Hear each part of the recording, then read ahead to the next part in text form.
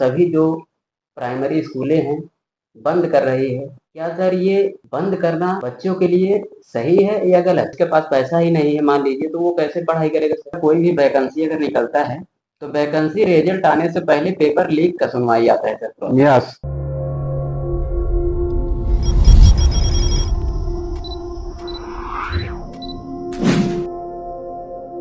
सम्मानित दोस्तों, आज नीरज कुमार सिंह बिंद जो इलाहाबाद हाई कोर्ट में एज ए ट्रेनी एडवोकेट हैं, कानून के विद्यार्थी हैं, इन्होंने सामाजिक मुद्दों पर, खासकर शिक्षा पर कुछ सवाल पूछे हैं। उन सवालों का जवाब मैं उनको दूंगा और ये बताऊंगा कि किस तरह से उत्तर प्रदेश की शिक्षा को तबाह किया जा रहा है और यहाँ की जनता को अंधकार में ढकेल दिया जा रहा है, और जिसकी परिणाम स्वरूप आज की हमारी नौजवान पीढ़ी एजुकेशन की तरफ ना जाकर वो एक उद्दंड भीड़ में तब्दील होती जा रही है।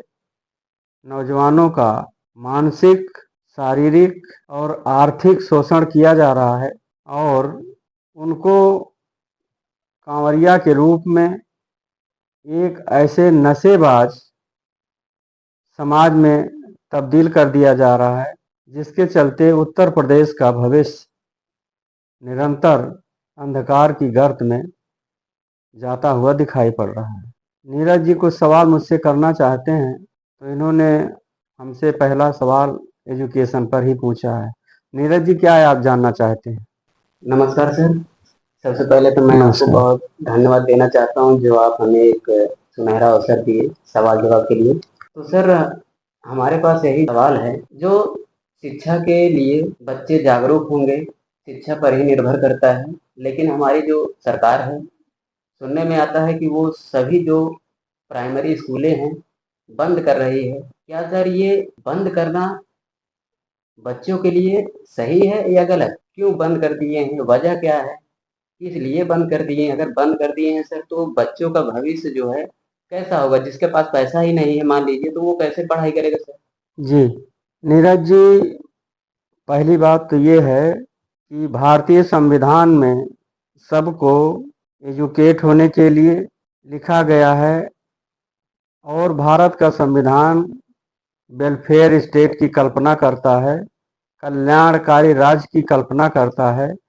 उस कल्याणकारी राज्य में एजुकेशन और मेडिकल जैसी चीज़ें बिल्कुल फ्री होनी चाहिए, और इन्हीं चीज़ों पर आज जो सरकारें चल रही हैं उन पर बैन कर रही हैं, उनको प्राइवेटाइज कर रही हैं और उनको एक तरीके से उद्योग का दर्जा दे करके गरीबों के, मजलूमों के और आम जनता के खून को चूसने का काम कर रही हैं। आप चले आइए यूपी में। यूपी में एक नई एजुकेशन पॉलिसी आई है, हम एजुकेशन पॉलिसी ही कहेंगे, गवर्नमेंट जो डायरेक्शन कर रही, निर्देशित कर रही है, जिसमें 27,000 तो इनके सरकारी आंकड़े हैं, लेकिन हम लोगों के पास जो सर्वे है, जो हम लोग ढूंढे हैं कि किन किन स्कूलों को कहां कहां से मर्जर किया जा रहा है, उसमें 27,000 तो इनका सरकारी आंकड़ा बता रहा है। हमारे पास 35,000 का आंकड़ा है जो इन्होंने ख़त्म कर दिया और उसको जो मर्ज करके एक जगह कर दिया। एजुकेशन पॉलिसी में है कि बच्चे 1 किलोमीटर के रेंज में, रेडियस में ही उनकी शिक्षा होगी, गांव के लोगों की या कहीं के शहर की भी 1 किलोमीटर के इर्द गिर्द में छोटे बच्चों से लेकर के 8 तक के बच्चों को 1 किलोमीटर के रेडियस में पढ़ाया जाएगा, उनके स्कूल होंगे। इन्होंने किया क्या कि सारे स्कूलों को, प्राइमरी स्कूलों को मर्ज कर दिया, 35,000 स्कूल मर्ज किए गए।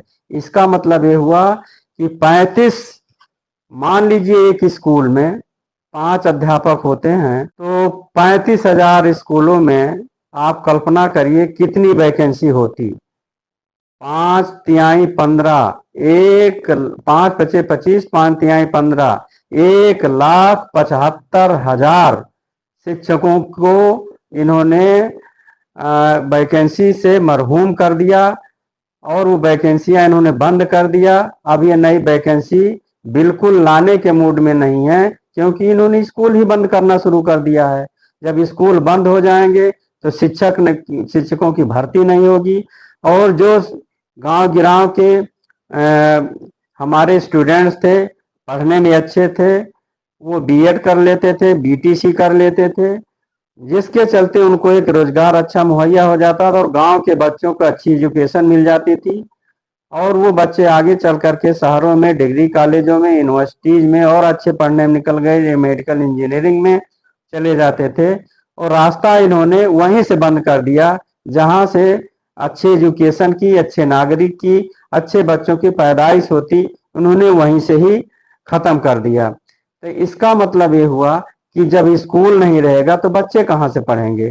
इन्होंने एक बात ये कहा कि मैं बंद नहीं कर रहा हूं, उसमें आंगनबाड़ी बाल बाटिका खोली जाएगी, और बंद करने के पीछे इन्होंने ये तर्क दिया कि बच्चे ही नहीं है उन स्कूलों में, इसलिए मैं बंद कर रहा हूं। तो आप बाल बाटिका के लिए कहां से बच्चे ले आएंगे? जो बच्चे बाल बाटिका में जाएंगे उन्हीं बच्चों को तो आपको प्राइमरी की शिक्षा देनी थी, एलिमेंट्री एजुकेशन उन्हीं को देनी थी। तो आप बच्चे कहां से ले आएंगे बाल बाटिका के लिए? अगर आप बाल बाटिका के लिए बच्चों को ले आते हैं तो एजुकेशन के लिए प्राइमरी क्यों बंद की जा रही है? आप बाल बाटिका चलाइए तो प्राइमरी स्कूल भी उसी के साथ चलाइए। आपने क्या किया कि स्कूल ही बंद कर दिया बाल बाटिका के नाम पर। बाल बाटिका में आप कह रहे हैं कि हम उसमें चलाएंगे और बच्चों को नया वो देंगे। क्या देंगे आप? नया क्या देंगे? बाल बाटिका में क्या किया जाता है? कुछ लोगों को एडहाक नियुक्ति करके, कुछ लोगों को महिलाओं को ट्रेंड करके, उसमें कुछ आप स्टाइपेंड पर बच्चों को खिलाएंगे। ये किसकी व्यवस्था है? बच्चों को खिलाने के लिए है। आपके पास दोनों व्यवस्था थी। आप वहां गेम टीचर भी रख सकते थे, आप वहां खेल टीचर भी रख सकते थे, सारी व्यवस्था आपके पास थी। और उस स्कूल में बच्चों की व्यवस्था करना आपका भी काम है। और ये बच्चे कम क्यों हुए, इसके पीछे भी आप ही का हाथ है। आप कह रहे हैं कि बच्चे नहीं आते हैं, बच्चे क्यों नहीं आते हैं? इसका मतलब यह है कि गार्जियन के मन में आपने ये भय पैदा कर दिया है कि प्राइवेट स्कूलों में पढ़ाई अच्छी होती है, जो आप ही के लोग प्राइवेट स्कूल चला रहे हैं, इसलिए आप प्राइमरी बंद करना चाहते हैं। और आपको मालूम होना चाहिए, और मालूम है आपको, आप जानबूझ के ऐसा करना चाहते हैं कि प्राइमरी से निकला हुआ बच्चा गांव गिराव का वो गरीब का बच्चा होता है जिसको खाने के लिए परेशानी होती है। इसलिए भारत की सरकार ने मिड डे मील की व्यवस्था किया। आपने नहीं किया था, जो आपने खत्म करना चाहा है, आपने नहीं ये व्यवस्था किया था। भारत सरकार उस समय की मनमोहन सिंह सरकार ने मिड डे मील की व्यवस्था किया था, जो आप आज खत्म करना चाहते हैं। मिड डे मील इसलिए व्यवस्था की गई थी कि जिन गरीबों के बच्चे बिना खाए पिए रह जाते हैं, उनको वहां खाना पीना भी मिलेगा, उनको एजुकेट किया जाएगा। ये वही गरीबों के बच्चे हैं जिनके पिता, जिनके गार्जियंस खेतों में काम करते हैं, मजदूरी करते हैं, मनरेगा में काम करते हैं, उन्हीं के बच्चे होते हैं। तो आप तो सारा ढांचा आपने बर्बाद कर दिया। तो एजुकेट अगर बच्चे नहीं होंगे तो वो कहां से आप अच्छे विकास की तरफ कैसे ले जाएंगे लोगों को? अच्छे नागरिक कहां से बनेंगे और देश कैसे अच्छा बनेगा? तो आपने तो वहीं से रोशनी देना बंद कर दिया, अंधकार में हमारे बच्चों के भविष्य को आपने डाल दिया। तो और उसको इस रूप में तब्दील कर दिया कि जो 15 साल 8 साल से लेकर के 25 साल के नौजवान हैं, उनको आपने कांवरिया बना दिया, जिनको एजुकेशन से कोई मतलब नहीं। लेकिन गांजा, भांग, धतूरा, जितनी नशे की चीजें हैं सब आपने मुहैया करा दिया, जगह जगह आपने फूल बरसाए। ये क्या तरीका है किसी देश के नागरिक को, किसी प्रदेश के नागरिक को, किसी गांव के बच्चे को आप इस रूप में तब्दील कर दें कि वो आगे चल करके उद्दंड हो जाए और असहाय हो जाए, और बाद में आप उसको गुंडा साबित करके आप गोली मार दें, इनकाउंटर कर दें उसका। आपका ये मोटिव है। आपके मोटिव में बिल्कुल समाज के खिलाफ आपका मोटिव है, दलितों और पिछड़ों के खिलाफ आपका मोटिव है। इसलिए आपने ये व्यवस्था किया कि 1,75,000 शिक्षकों की भर्ती आपने नहीं किया, वैकेंसी छोड़ दिया, स्कूल आपने बंद कर दिया। इसका मतलब ये हुआ कि आप न रोजगार देना चाहते हैं, न आप बच्चों का भविष्य बनाना चाहते हैं और न अच्छा समाज बनाना चाहते हैं। आप इस देश के बच्चों को, आप नौजवानों को एक उद्दंड भीड़ के रूप में तब्दील करना चाहते हैं। इसीलिए आपने कांवरिया जैसे सिस्टम को अपनाया, उनको तमाम सुविधाएं दिया और जगह जगह पर आपने दारू से लेकर के गांजा और भांग की व्यवस्था किया, ऊपर से आपने हेलीकॉप्टर से फूल बरसाए। ये नहीं चलेगा। ये जनता के लिए है और वेलफेयर स्टेट है, कॉन्स्टिट्यूशनल राइट है, संवैधानिक अधिकार है, जिसे आप रोक नहीं सकते हैं। और सुनने में तो ये आया है कि बजट में, महाकुंभ में आपने 7,500 करोड़ रुपया जारी किया। 7,500 करोड़ महाकुंभ वो किस काम का है? आपकी उस आस्था के लिए 7,500 करोड़ रुपया, और बच्चों की पढ़ाई के लिए स्कूल कॉलेज बंद, और स्कूल कॉलेजों की फीस बढ़ गई, प्राइवेटाइजेशन हो गया। किसका बच्चा पढ़ेगा? गरीब का बच्चा पढ़ नहीं पाएगा। मिडिल क्लास के लिए आपने रास्ते बंद कर दिए। हाई मिडिल क्लास का लड़का जो है वो किसी तरीके से नीट, डॉक्टरी या मेडिकल में जाएगा तो उसको करोड़ों की व्यवस्था करनी पड़ेगी, जो खेत बेचकर भी नहीं हो सकता है। इसलिए आपने हर चीज प्राइवेटाइज कर दिया कि लोएस्ट, लोअर और लोअर मिडिल क्लास के लोग जो खेती बाड़ी से बढ़ रहे थे, छोटे मोटे बिजनेस से बढ़ रहे थे, उसको आपने बंद कर दिया। उसके बच्चे पढ़ ही नहीं सकते, हायर एजुकेशन ले ही नहीं सकते। और ऊपर के लिए आपने व्यवस्था कर दिया उन लोगों के लिए कि बैंक से लोन ले सकते हैं। वो लोग बैंक से लोन कौन करोड़ों रुपए का लेगा एजुकेशन के लिए? वही लोग लेंगे जिनके पास करोड़ों अरबों की संपत्ति है। वही लोग उन बच्चों को पढ़ाएंगे, लिखाएंगे, और उनको जब पढ़ लिख लेंगे, फॉरेन जाके पढ़ेंगे, यहाँ भी पढ़ेंगे, और पढ़ लिख करके वो प्राइवेट नर्सिंग होम खोलेंगे।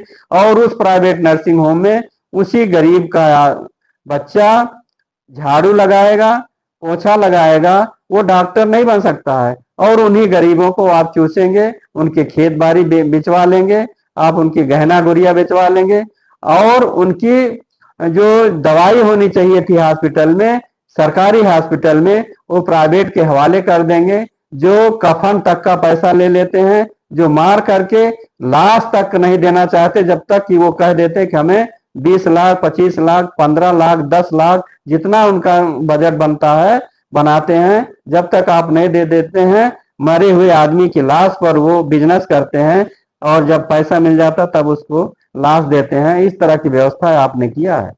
आप सरकारी अस्पताल को भीड़ में भी तब्दील कर दे रहे हैं। आप नया अस्पताल खोल नहीं रहे हैं, डॉक्टरों का नया अपॉइंटमेंट आप नहीं कर रहे हैं, और डॉक्टरों की सीट भी आपने नहीं बढ़ाया है, और उनको ऐसे ही एज इट इज हो रहा है, लोगों को मरने के लिए आप छोड़ दे रहे हैं।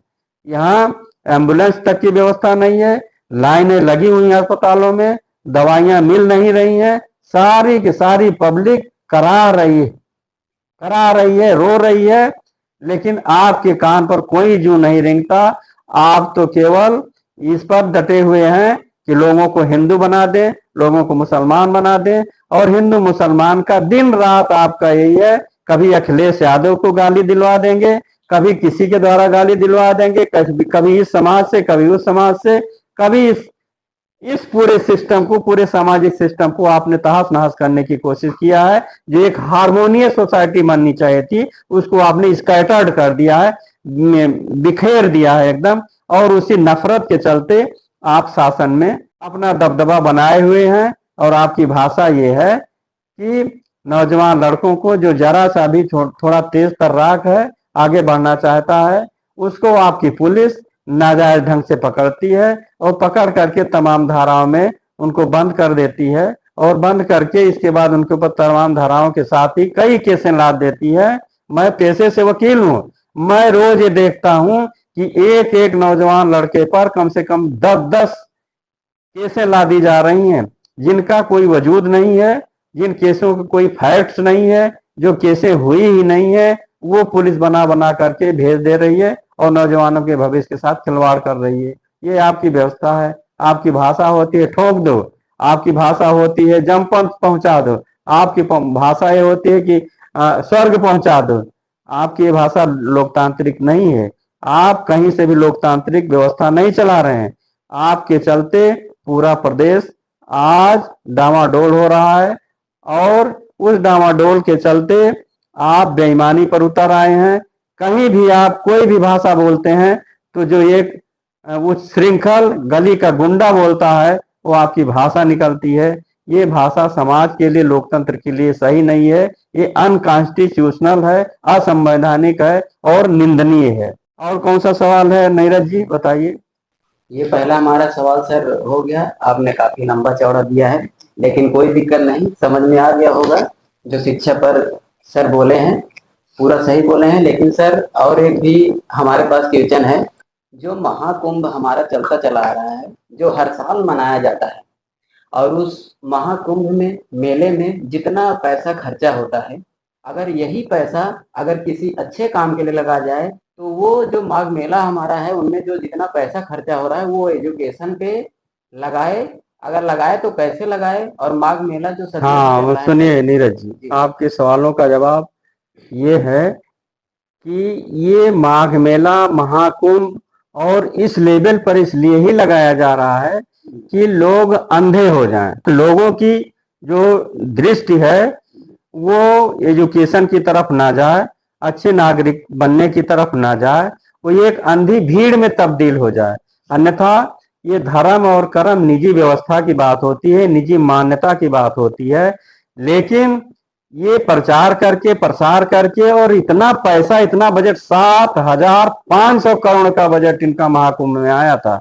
7,500 करोड़ के बजट में कम से कम उत्तर प्रदेश में जो संजय गांधी एम्स है लखनऊ में, उस तरह से कम 4 एम्स बनाए जा सकते थे।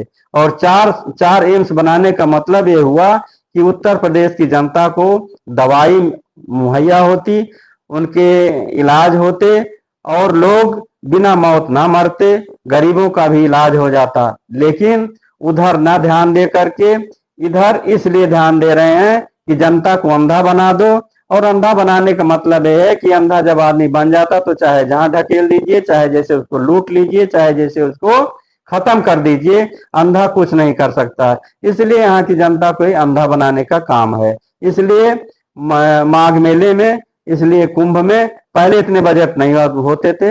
ये जानबूझ करके बजट बढ़ाए, जानबूझ करके प्रचार प्रसार किया गया। और सबसे बुरी बात यह है कि इस माघ मेले में कई टन, कई कुंटल, हजारों किलो चरस से लेकर के गांजे और भांग, धतूरे और हेरोइन जैसी मादक द्रव्यों का बहुत खुल करके प्रयोग हुआ। और यहाँ पर इन्हीं के आदमी, इन्हीं के लोग, इन लोगों ने ही हर मठों में जा करके, हर जगह जा करके, तंबुओं में, कनातों में जा करके इन लोगों ने ही इन मादक द्रव्यों को परोसा है, बेचा है। और कौन बेच रहा है, कौन खरीद रहा है और किसके पास ये पैसा जा रहा है, इसको भी जांच की जरूरत है। क्योंकि इस देश की जनता को आप नशेबाज बना रहे हैं, इस देश की जनता को ठगा जा रहा है और उनको धर्म के नाम पर अंधा बनाया जा रहा है। और 7,500 करोड़ का बजट मान लीजिए आप एजुकेशन पर लगा देते तो आपको वैकेंसी की, जो आपने खत्म कर दिया है, स्कूल जो खत्म कर दे रहे हैं, उसकी जरूरत ना पड़ती। और जो बीएड किए हुए हैं, बीटीसी किए हुए हैं, हमारे नए नौजवान स्टूडेंट्स हैं, उनको रोजगार मिलता, शिक्षक होते, अच्छे ढंग से स्कूल चलते, बच्चे अच्छे होते और उनकी नागरिकता, उनकी नागरिकता में शुचिता, उनका जो है आगे के भविष्य का खाका तैयार होता। ये आपने नहीं किया, आपने अंधा बनाने का काम किया। आप इस पैसे को आप एजुकेशन पर लगा सकते थे, आप दवाइयां पर लगा सकते थे, मेडिकल कॉलेजों पर लगा सकते थे, जगह जगह आप अस्पताल बनवा सकते थे, जगह जगह डॉक्टर बैठा सकते थे, जगह जगह पर दवाइयों का वितरण कर सकते थे। आपको मालूम है कोविड-19 में केवल लोग इसलिए मर गए कि ऑक्सीजन ही नहीं थी। आपने ऑक्सीजन के कितने प्लांट लगवाए, प्राइवेट या सरकारी? आप नहीं लगवाएंगे, लोगों को मरने देंगे। और बिना ऑक्सीजन के, बिना दवाई के कोविड-19 में, कोरोना में लोग मर गए। कितने नौजवानों की बलि ली गई और 80-90 लाख लोग पूरे देश में मारे गए केवल दवाई की कमी की वजह से, ऑक्सीजन की कमी की वजह से। आपने न कहीं प्लांट लगाया, न ही कोई चीज किया, न कोई मेडिकल कॉलेज नया बनाया, ना कोई इस तरह की व्यवस्था किया जो एक एम्स जैसी व्यवस्था उत्तर प्रदेश में हो सके।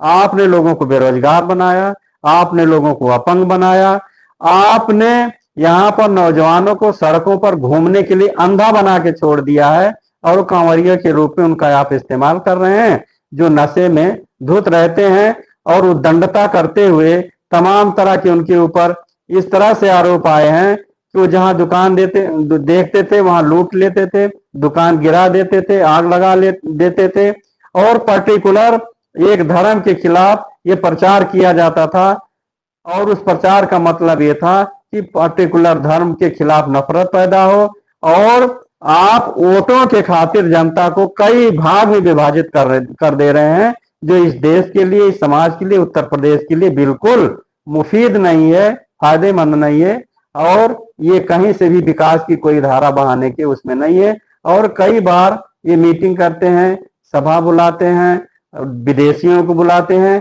आज तक कोई भी इन्वेस्टमेंट इनके यहाँ नहीं हो पाया है। कागजों पर, अखबारों में इनके विकास, इनके पत्रकार और इनके गोदी मीडिया सब लगे हुए कि बड़ा विकास हो रहा, बड़ा विकास हो रहा, बड़ा विकास हो रहा है और विकास केवल इनके अखबारों में, इनकी टीवी के डिबेट्स में, इनके गोदी पत्रकारों के माध्यम से केवल परोसा जा रहा है और जमीन पर, धरातल पर कुछ नहीं है। अगर यही विकास होता तो आज जनता 5 किलो अनाज के लिए सड़कों पर भागी हुई नजर न आती। अगर विकास का रास्ता अपनाया गया होता तो वही जो 5 किलो अनाज के लिए लोग भटक रहे हैं, आज उनके बच्चे काम पाते, लोगों को रोजगार मिलता, आपको 5 किलो अनाज देने की जरूरत नहीं पड़ती। लेकिन आपने काम छीन लिया, आपने रोजगार छीन लिया, आपने वैकेंसियां खत्म कर दिया, आपने नौकरी खत्म कर दिया। आप अब 5 किलो अनाज दे करके उनको केवल जिंदा रखना चाहते हैं और भीड़ में आप तब्दील करना चाहते हैं। आप इस देश की, प्रदेश की और इस देश की जनता को केवल आप अंधा बना करके छोड़ देना चाहते हैं। जी सर, हमारा लास्ट क्वेश्चन रहा है कि अगर कोई भी वैकेंसी अगर निकलता है तो वैकेंसी रिजल्ट आने से पहले पेपर लीक का सुनवाई आता है सर। यस, ये सबसे बड़ा मुद्दा और बहुत मौजूद मुद्दा है आपका। हकीकत ये है कि पहली बात तो ये कमीशन अध्याचन ही नहीं मांगता और अध्याचन मांगता भी है तो अध्याचन विभाग के लोग देते नहीं हैं और जब कुछ वैकेंसियों का अध्याचन प्रकाशित होता भी है, एडवर्टाइज किया जाता है, तो उसमें भी कुछ ऐसी कमियां छोड़ देते हैं और परीक्षा होने के बाद भी, और मैं समझता हूं कि 7-8 साल हो गए, 69,000 वैकेंसी अभी तक क्लियर इस गवर्नमेंट ने, सरकार ने नहीं किया है और नई वैकेंसी तो आई ही नहीं और जो भी आई उसमें जो है आरओ दुनिया भर की जितनी वैकेंसियां थी सब में लीकेज। और लीकेज कौन करता है, जो पकड़ा कौन जाता है, कहीं न कहीं तार इन्हीं लोगों से संबंधित होते हैं और जब तार इन्हीं लोगों के हैं तो इन्हीं के लोग जाते हैं वहां हाई कोर्ट में जाते हैं, सुप्रीम कोर्ट जाते हैं और स्टे करा देते हैं और कोई नहीं गया, गवर्नमेंट ही चली जाती है स्टे कराने के लिए कि इस तरह की गड़बड़ी हो गई है, ये होना चाहिए, ये होना चाहिए। तो इन्हीं के लोग वैकेंसी भी नहीं निकालेंगे और वैकेंसी निकालेंगे तो लीक कराएंगे और लीक कराएंगे तो इन्हीं के लोग हाई कोर्ट भी आएंगे, स्टे भी कराएंगे और आज तक इस तरह की वैकेंसियां कितनी ज्यादा हाई कोर्ट में लंबित पड़ी हुई हैं, वो रिटें पड़ी हुई हैं, याचिकाएं पड़ी हुई हैं जो आज भी उनका समाधान होने के, उन पर निर्णय आने का इंतजार कर रहे हैं। और जो नौजवान ओवर एज हो गए हैं उनके लिए सरकार के पास कोई व्यवस्था नहीं है, उनके लिए पूरा का पूरा अंधकार है। आज की पीढ़ी इसीलिए ज्यादा से ज्यादा टेंशन में हो रही है और टेंशन का नतीजा ये हो रहा है कि लोगों के रिश्ते आपस में बिगड़ रहे हैं, बाप बेटे के रिश्ते बिगड़ रहे हैं और माँ बेटे के रिश्ते बिगड़ रहे हैं, यानी कि आपस में ही रिश्ते बिगड़ जा रहे हैं। इसलिए जो बच्चे हैं उनको काम नहीं मिल रहा है, रोजगार नहीं मिल रहा है, उनको कोई दिशा नहीं मिल रही है, कोई दशा नहीं मिल रही है, सब चीज ठप पड़ा है।